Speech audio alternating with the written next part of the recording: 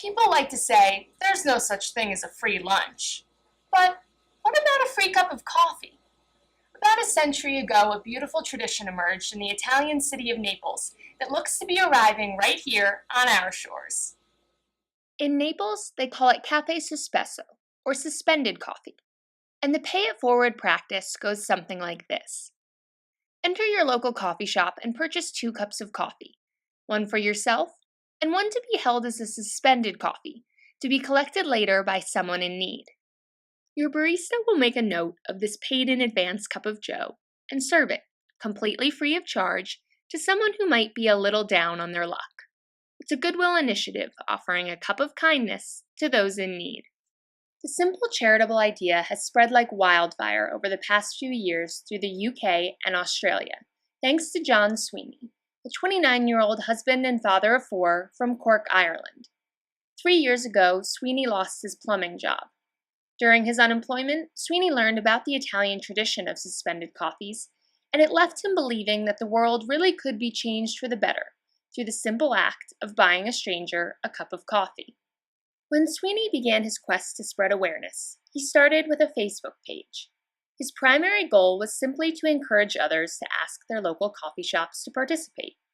He engaged one cafe in his hometown, and soon, other cafes throughout Europe were contacting him to join in. Through the power of social media, the word spread around the globe. In recent months, cafes across the U.S., just like this one, have started to join in on the efforts. 2 local business owners whose cafes participate in the tradition were kind enough to let me spend the day with them to learn a little more about suspended coffee in action. Ed Koch owns a small coffee shop in Keyport, New Jersey, called Espresso Joe's. As a local business owner in a town devastated by Hurricane Sandy, he knows from experience that sometimes we all need a helping hand. We were closed for like about 7 days, and this whole town was like really a mess. You know, a couple buildings got wiped out, and people just kind of lost. They just needed to get their spirits back up. So when we opened, we got our power back.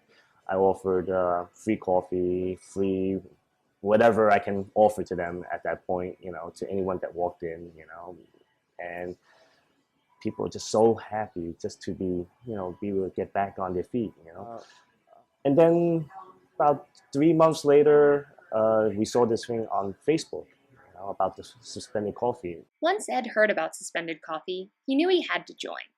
And since then, the idea has taken on a life of its own at Espresso Joe's. Oh, can you put money into the suspended account? I mean, we've gotten, I think, about $300, of suspended coffee in the last 3 months. Dory Green owns the Artist's Tree Tea House in Bristol, Connecticut. As a Connecticut resident and native, she brought suspended coffee to her establishment in the wake of the Sandy Hook Elementary School shootings, as a way to lift her community's spirits. In the state of Connecticut, there's been a resurgence of paying it forward ever since Sandy Hook. And, people mention that, but when that really happened, I don't even have children of my own. It just was very upsetting. And on many emotional levels, we all just wanted to do something. And you start thinking more about the little things that you can do that would make the world a better place. It's a nice idea, giving a warm drink to someone in need. But what does in need really mean? I mean, it's everyone needs help, and hopefully at some point, it comes back around. It's not just like people get the wrong impression about, the suspended coffee. They think it's for homeless people. It's not about that. It's about people coming in, really caring for others. It doesn't necessarily mean, you're buying a cup of coffee for someone else and that's it. I mean, it's just really more about people caring for each other. Helping each other. I mean, it's great for it's just such a great thing. That people care. They come in, they're buying a cup of coffee for someone that they don't even know. I mean, how great is that? I mean, the road is certainly paved with good intentions, but the million-dollar question is it working? I'm very surprised about this whole thing. I was like, people are so selfish. They're never gonna buy coffee for someone that they don't know. It's come to my surprise that people are so caring. Especially. While there's no shortage of people who want to donate to the suspended coffee movement, cafe owners are having trouble when it comes to actually giving the coffee away. They're not really coming in, hey, can I have a suspended coffee? So it's kind of, I'm waiting for that trend to pick up a bit more. We don't get a lot of people claiming the coffee. I guess part of it is that they're kind of maybe embarrassed, to come get like a free cup of coffee. And the other thing is that probably the word's not getting out enough. I mean, you figure someone that's kind of maybe homeless or can't afford internet, they wouldn't know about the suspended coffee. So. But Ed and Dory are exploring ideas to get the movement off the internet and help spread the word.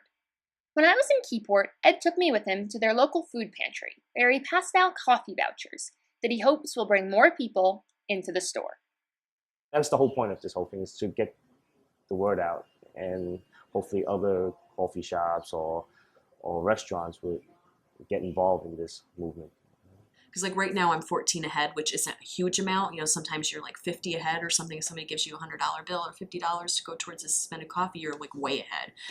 In those circumstances, I'm almost thinking of doing like events or something where things can be all like giveaway or something along those lines. Just like any movement, suspended coffee does have its critics. This doesn't seem to dissuade Dory or Ed, though, and it certainly hasn't stopped the practice from growing.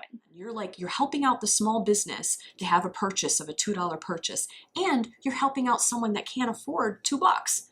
It's a win-win, win-win-win, because you're getting the feel good, you're doing something, and that you know that it's not just like, you do $2 at McDonald's, like where does that go? Like you don't really know if it goes anywhere. Like for a small little place, like little coffee houses, little tea houses, little places like that, it's like it goes back into your town. That's $2 going back into your town. And you can't not win with that. So even if you are a critic and you're going, it's some scheme, all right. Well, what exactly is the scheme for $2? I'm not getting rich on it, I'll put it that way. But at the same time, it's like you feel good when you do something nice for somebody else. So why don't you want to feel good? That's what I would say. I don't feel good. Feel good about doing a little something and just be like, on your merry way, I did my good deed for the day. I gave $2 to some place, and you're not putting it in like a beggar's cup that you don't know if that person really is as bad off as they are or whatever. Like it's not even set up like that. It's like you're funding someone else to provide for someone else's good day. A tradition that finds its roots in Naples, Italy, has impacted the lives of people around the globe.